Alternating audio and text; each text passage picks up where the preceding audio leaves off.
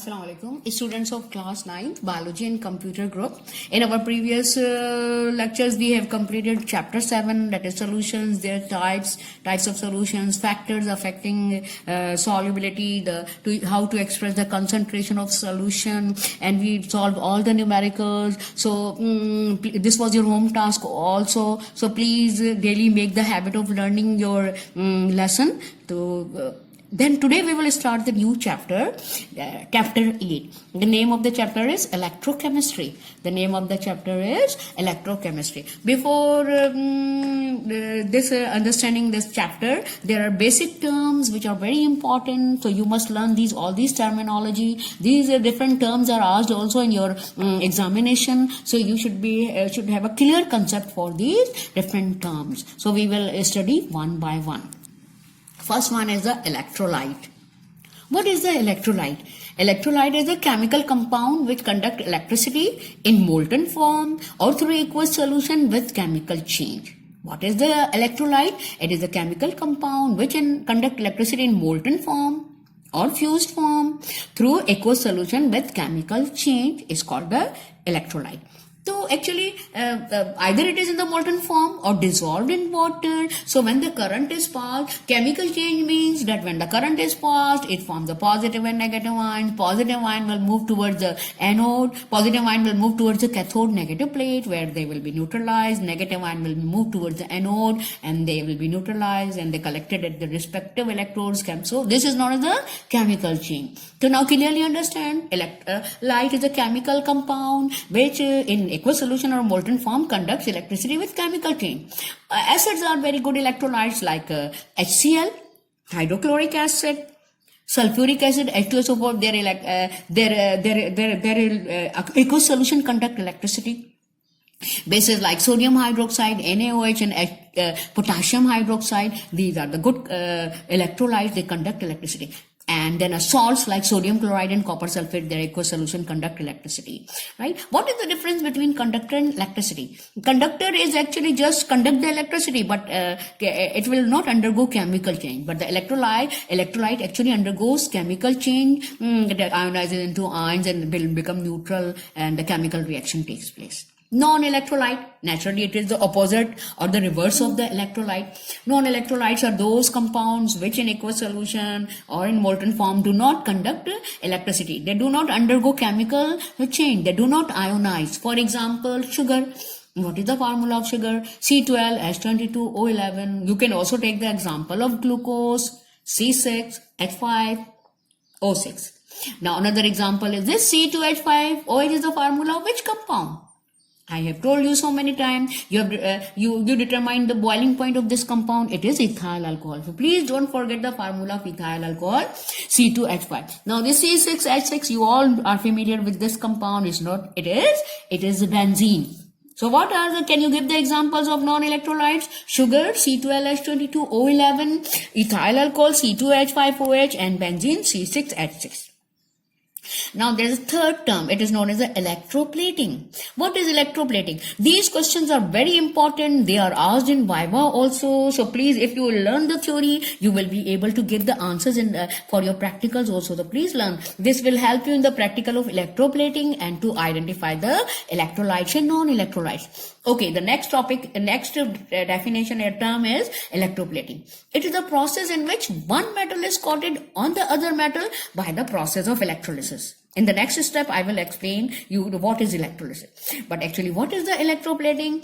It is a process in which one metal is coated on the other metal by the process of electrolysis. Now, cheaper or baser metals like iron. Cheaper or baser, why it is known as cheaper or baser? Because it can easily be corroded. It can be rusted. So it can be coated with the layer of corrosion resistant metals like Ag, silver, Au. Au is a symbol of gold, aurum. Ag is the hydrogyrum symbol taken from the hydrogyrum. Au is the gold, aurum.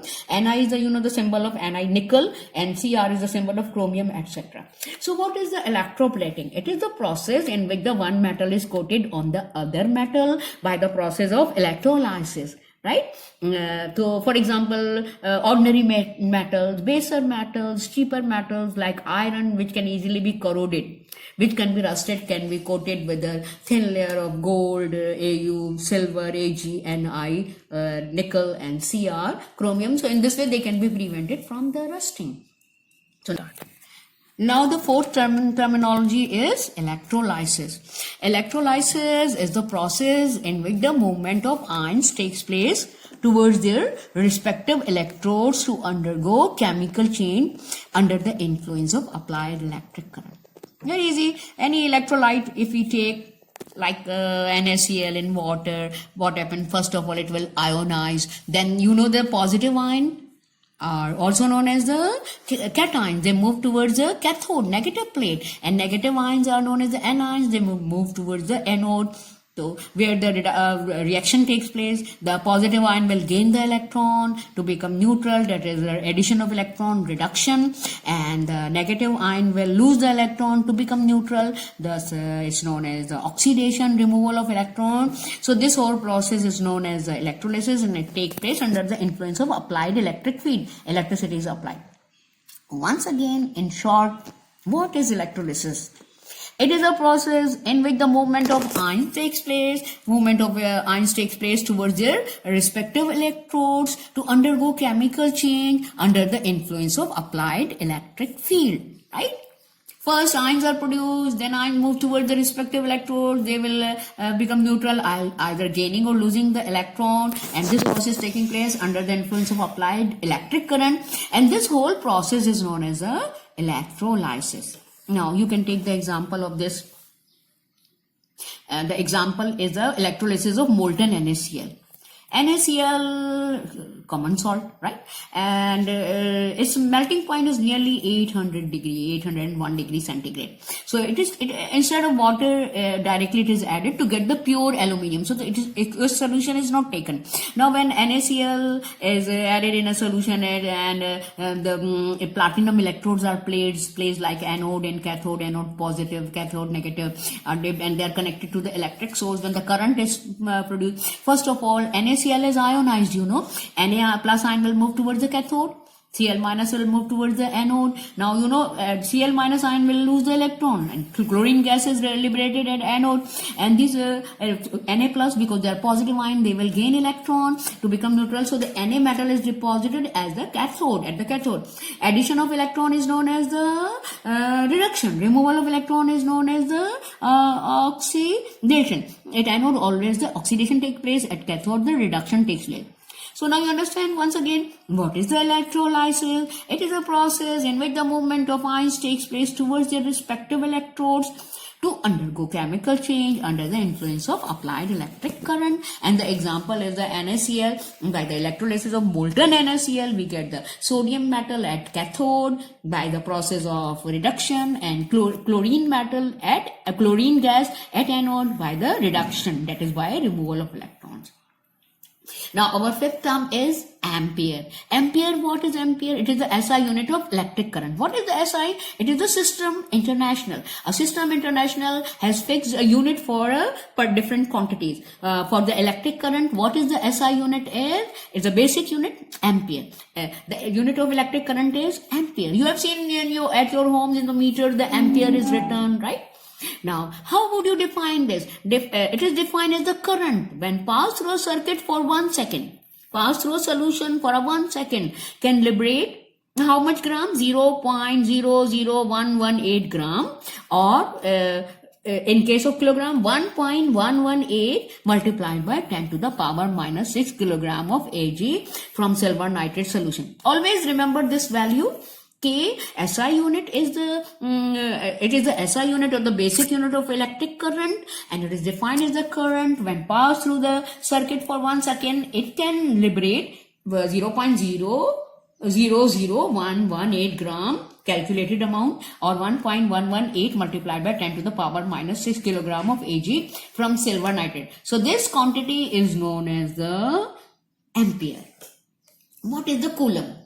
It is also the SI unit of electric charge. What is the difference between ampere and coulomb? Ampere is the SI unit or the basic unit of electric charge. SI means System International. But this coulomb is the SI unit of electric charge or the basic unit of electric charge.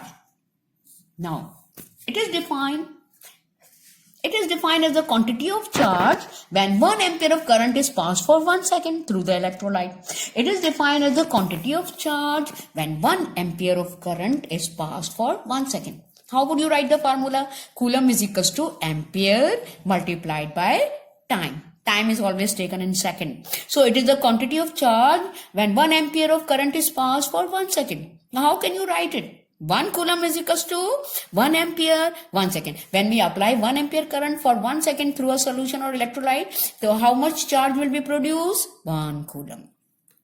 Now the another terminology is the electrochemical equivalent. Electrochemical equivalent. In brief, it is also written as ECE. E for electro and C for chemical and E for equivalent. So abbreviation of electrochemical equivalent is ECE. It is denoted by Z. And you remember Z is also denoted for atomic number. Atomic number is denoted by Z. And ECE also denoted by Z. What is the electrochemical equivalent? Electrochemical equivalent of a substance can be defined as the weight of substance deposited or liberated when 1 coulomb of electric charge is passed through electrolyte. Right? That is the amount of substance which will be deposited either at cathode or anode when 1 coulomb of current is passed through the electrolyte. Then this is known as the ECE. And its SI or basic unit is kilogram per coulomb. The basic or SI unit is kilogram per coulomb. Now the terminology number 8. What is the equivalent mass of substance? Very easy. Equivalent mass of element is the ratio of atomic mass of element to the valency of element. Equivalent mass of a substance is defined as the ratio of the atomic mass of element to the valency of element. How we can write formula? Equivalent mass of element is equals to atomic mass of element divided by or upon valency of element. For example, equivalent mass of aluminium. How would you calculate the equivalent mass of aluminium is equals to, you know the atomic mass of element, so aluminium is 27 and you know its valency is 3. 27 divided by 3. So its equivalent mass of this aluminium will be 9 gram. That is, if you want to find out the equivalent mass of element, we will divide the atomic mass of element by its valency. Now another term is Faraday. His name was Michael Faraday, and it is defined as the quantity of charge which deposits or liberates exactly 1 gram equivalent weight of a substance. It is a quantity of charge which deposits or liberates 1 gram equivalent of a substance. 1 gram of element divided by valency. Right? Now the another term is the electrochemistry. The name of a chapter is the electrochemistry. It is a branch of chemistry that deals with the relation between electricity and chemical reactions. Actually, it is the branch of chemistry that deals with the relation between electricity and chemical reaction. That is, it deals with the conversion of electrical energy into chemical energy or chemical energy into electrical energy, right? It deals with what is the relationship, how chemical reaction is taking place to produce the electricity, or how from the electrical process, the electricity, passing the electricity, we get the chemical energy, right? So, electrochemistry is a branch of chemistry in which we study the relationship between the electricity and chemical reaction, and that is, it involves both the steps, either conversion of electrical energy into chemical energy or chemical energy into electrical energy. Now, our next terminology is primary cell. What is the primary cell? Primary cell is the irreversible cell. It means it cannot be recharged once its chemicals are used up. After some time, it is discarded. A very simple example, at your homes you see the dry cells. Dry cells are used in transistors, radios, and the small size, the torches. So when after 2 or 3, in wall clocks, right, in watches. So after 2 or 3 months their chemicals are used up and it cannot be recharged. So primary cell is the irreversible cell. It cannot be reversed. It cannot be recharged once its chemicals are used. For example, the dry cell, which is used in many appliances, electrical appliances. Now, another term is the secondary cell or battery. Secondary cell or the battery. It is the reversible cell. It can be used again and again by repeated cycles of discharging and recharging. That is, once it is discharged, then it can be used again. It can be charged again, so it can be reused again. Very common example is the battery, automobile battery or the car battery. It is also known as a lead storage battery. Later on, we will study the lead storage battery's structure and working in our next chapter, next lesson. But lead storage battery is a combination of 6 cells. When it is discharged, then we have to take it to the mechanic, the car mechanic, and by passing the current, he again reverse the process, and it is again recharged, and it can be used again. So what is the difference between primary cell and the secondary cell or batteries? Primary cell, it is irreversible. It cannot be recharged once its chemicals are used up, like dry cells. But secondary cell or battery, like car battery, can be used again and again for some time. It can be recharged. It's known as the secondary cell. What is the difference between cell and battery? How would you define the cell and battery? A simple cell is a simple device. It is a combination of one anode, one cathode. That is one positive anode and negative cathode. So it is like dry cell. Dry cell contain only anode and cathode one.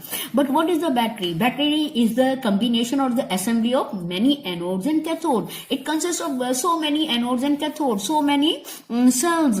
Like you have seen in our car battery, there are 6 cells containing 6 anodes, 6 cathodes, and voltage of each cell is 2 volts. So the overall voltage is 12 volts. So battery is a combination of many cells, many anodes and cathode, but cell is a simple device containing only one anode, one cathode. But the battery is a combination of many cells. It is known as a car battery. It is used in our homes, in automobiles, and it is also known as the lead storage battery.